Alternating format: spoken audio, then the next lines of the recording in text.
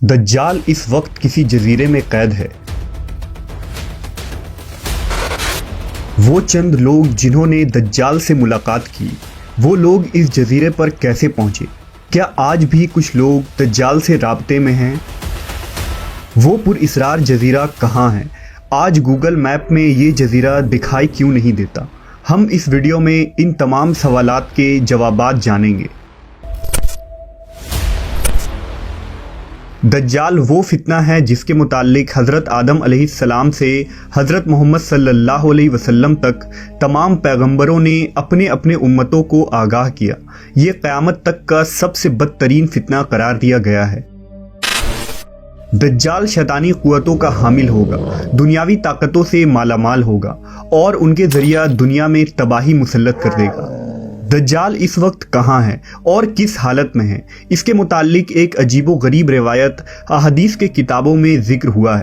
लिहाजा हज़रत फ़ातिमा बिनते कैस से रिवायत है कि एक दफ़ा रसूलुल्लाह सल्लल्लाहु अलैहि वसल्लम नमाज के बाद मिंबर पर तशरीफ़ लाए और फरमाया कि तमीमदारी पहले नसरानी आदमी थे, वो आए और मुसलमान हो गए और मुझसे एक किस्सा बयान किया है जिससे तुमको मेरे उस बयान की तस्दीक हो जाएगी जो मैंने कभी दज्जाल के मुताल्लिक तुम्हारे सामने जिक्र किया था। तमीमदारी ने बताया कि वो एक बड़ी कश्ती पर सवार हुए जिस पर समुंदर में सफ़र किया जाता है और उनके साथ कबीला लखम और जज़्ज़ाम के 30 आदमी और थे। समुंदर का तूफ़ान 1 माह तक उनका तमाशा बनाता रहा। आखिरकार समुद्री सफ़र के दौरान मगरिब के जानिब एक जजीरे पर उनकी नज़र पड़ी जिसको देखकर वो बहुत मसरूर हुए और छोटी कश्तियों में बैठकर उस जजीरे पर उतर गए। जब वो उस जजीरे पर गए तो उन्हें जानवर की शक्ल का एक चीज नजर आया जिसके सारे जिस्म पर बाल ही बाल थे। लोगों ने उससे कहा, कमबख्त तू क्या बला है? वो बोला, मैं दज्जाल का जस्सासा यानी जासूस हूँ। उस गिरजे में चलो, वहाँ एक शख्स है जिसको तुम्हारा बड़ा इंतजार है। हम लपक कर उस गिरजे में पहुंचे तो हमने एक बड़ा कवी हैकल शख्स देखा कि उससे कबल हमने वैसा कोई शख्स नहीं देखा था। उसके हाथ गर्दन से मिलाकर और उसके पैर घुटनों से लेकर टखनों तक लोहे की जंजीरों से निहायत ही मजबूती से जकड़े हुए थे। हमने उससे कहा, तेरा नास हो, तू कौन है? वो बोला, तुमको मेरा पता लग ही गया, अब तुम बताओ तुम कौन लोग हो? उन्होंने कहा, हम अरब के बाशिंदे हैं। हम एक बड़ी कश्ती में सफ़र कर रहे थे। समुंदर में तूफान आया और 1 माह तक रहा। इसके बाद हम इस जजीरे में आ गए। उसने कहा, मुझे ये बता कि बैसान के खजूरों में फल आता है या नहीं?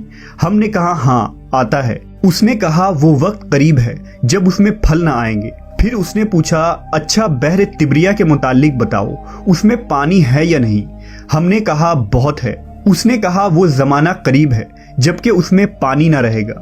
फिर उसने पूछा, ज़गर के चश्मे के मुतालिक बताओ, उसमें पानी है या नहीं? और क्या उस बस्ती वाले उसके पानी से खेतों को सैराब करते हैं?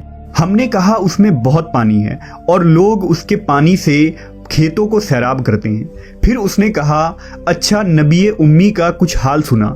हमने कहा, वो मक्का से हिजरत करके मदीना तशरीफ़ ले गए हैं। उसने पूछा, क्या अरब के लोगों ने उसके साथ जंग की है? हमने कहा, हाँ। उसने पूछा, अच्छा फिर क्या नतीजा रहा? हमने बताया कि वो अपने गिरदो नवाह पर गालिब आ चुके हैं और लोग उनकी इताअत कबूल कर चुके हैं। उसने कहा, सुन लो कि अरबों के हक़ में यही बेहतर था कि वो उनकी इताअत कर लें।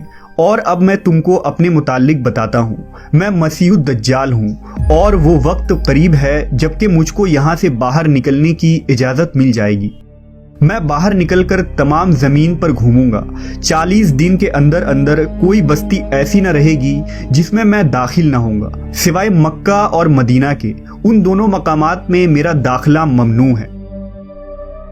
नबी सल्लल्लाहु अलैहि वसल्लम ने अपना असा मुबारक मिंबर पर मार कर फरमाया, ये तैयबा है, ये तैयबा है। मैं तुमको यही बताया करता था। जान लो कि दज्जाल न शाम के समुंदर में है और ना ही यमन के समुंदर में, बल्कि वो मशरिक में है।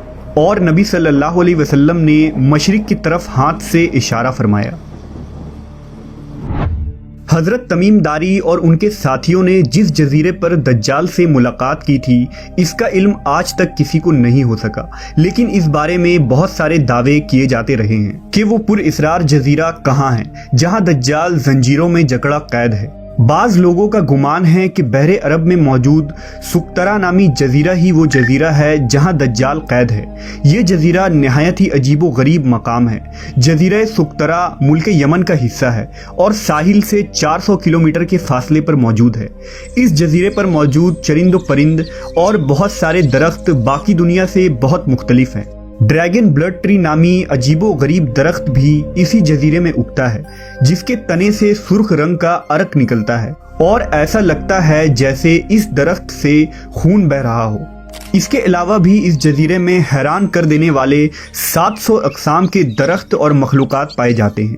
اس جزیرے پر ایک پہاڑ بھی موجود ہے جہاں ایک مشہور غار الحوق ہے جو 3 کلومیٹر طویل ہے۔ اتنا بڑا غار پورے مشرق وسطیٰ میں کہیں موجود نہیں ہے۔ جیسا کہ حدیث میں ذکر ہے کہ دجال کا ظہور مشرق سے ہوگا اور ایسی جگہ پر ہوگا جہاں سے وہ مشرق وسطیٰ کو متاثر کر سکے گا، لہذا ان تمام نشانیوں کی وجہ سے لوگ اس جزیرے کو دجال کا جزیرہ قرار دیتے ہیں۔ جبکہ کچھ لوگ بحر اوقیانوس یعنی اٹلانٹک اوشن میں موجود برمودا ٹرائنگل کو ہی دجال کا جزیرہ قرار دیتے ہیں۔ یہ وہ علاقہ ہے جہاں کمپس کام کرنا بند کر دیتے ہیں، وہاں جانے والے جہاز اور کشتیاں بھی واپس نہیں آتے اور یہاں بہت سارے حادثات رونما ہو چکے ہیں۔ برمودا ٹرائنگل میں پیرا نارمل یعنی جنوں اور بھوتوں سے متعلق واقعات پیش آتے رہتے ہیں۔ اس علاقے میں اکثر سمندری طوفان آتے ہیں اور اونچی اونچی سمندری لہریں چلتی ہیں۔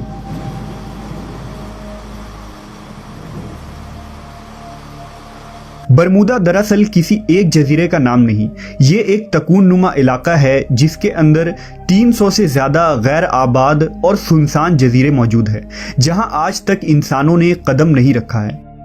اس برمودا ٹرائنگل پر کی گئی تحقیقاتی رپورٹ کو بھی آج تک شائع نہیں کی گئی ہے۔ یوں لگتا ہے کہ دنیا کی حکومتوں کو اس کی اجازت نہیں۔ مشہور مصری محقق داؤد عیسیٰ کے مطابق برمودا تکون کا ایک بڑا حصہ دجال کے زیر استعمال ہے۔ اس نے باقاعدہ وہاں قلعے نما محل بنا رکھے ہیں جو تکون کی شکل میں موجود ہے۔ تاریخ میں دجال کے جزیرے کے متعلق ایک مشہور دعویٰ عثمانی امیر البحر اور جغرافیہ داں پیری رئیس کا ہے، جس نے خلافت عثمانیہ کے دور میں دنیا کا ایک نقشہ تیار کیا تھا۔ اس نقشے کو اگر ہم دیکھیں تو اس میں ایک پر اسرار مقام کی نشاندہی کی گئی ہے جہاں اس نے ایک عجیب مخلوق کی تصویر بھی دکھائی ہے جو آدھا انسان اور آدھے جانور کی طرح نظر آتا ہے، جسے لوگوں نے دجال قرار دیا ہے۔ ترکی کے ایک مشہور مصنف قرسان برکان نے اپنی ایک کتاب میں لکھا ہے کہ دجال ایک جزیرے میں قید ہے جہاں سے وہ اپنے پیروکار یعنی امریکہ اور اسرائیل کو ہدایت دیتا ہے، اور امریکہ اور یہودیوں کی بحری جہازیں اس جزیرے تک جاتی ہیں جہاں وہ اس گرجے میں دجال سے ملاقات کرتے ہیں اور انہیں بتایا جاتا ہے کہ آگے کیا کرنا ہے، لیکن یہ معلومات اتنی خفیہ ہوتی ہے کہ آج تک کوئی بھی یہ نہیں جان پایا کہ یہ جزیرہ کہاں موجود ہے۔ برکان نے لکھا کہ وہ جزیرہ برمودا تکون میں ہی ہے کیونکہ برمودا ٹرائنگل میں ایک ایسا جزیرہ موجود ہے جہاں ایک بڑا گرجا پایا جاتا ہے اور جہاں کسی کو بھی جانے کی اجازت نہیں ہے، اور اگر کوئی وہاں داخل ہونا چاہے تو وہ وہاں سے واپس نہیں آ سکتا۔ یہ جزیرہ کوئی عام جزیرہ نہیں، یہی وجہ ہے کہ گوگل میپ میں اس جزیرے کی لوکیشن نہیں ملتی ہے۔ نیز کئی لوگوں نے یہ دیکھنے کا دعویٰ بھی کیا ہے کہ اس جزیرے میں امریکی بحری بیڑے داخل ہوتے ہیں۔ عیسیٰ داؤد نے اپنی کتاب میں لکھا ہے کہ دجال زمانہ قدیم سے بحر الکاہل کے ان غیر آباد اور ویران جزیروں میں رہتا تھا، اور حضور صلی اللہ علیہ وسلم کے وصال تک وہ بیڑیوں میں جکڑا ہوا تھا، مگر آپ صلی اللہ علیہ وسلم کے وفات کے بعد اس کی بیڑیاں ٹوٹ گئیں اور وہ آزاد ہو گیا، مگر اسے خروج کی اجازت نہیں، لہٰذا اب وہ برمودا ٹرائنگل کے قریب ویران جزیروں میں رہتا ہے اور وہاں سے اپنی دجالی قوتوں اور پیروکاروں کے ذریعہ خروج کی تیاریاں کر رہا ہے۔ یہ جزیرہ بنیادی طور پر دجال کا ہیڈ کوارٹر ہے۔ जहां से वो तमाम तदाबीर करता है और शर फैलाता है।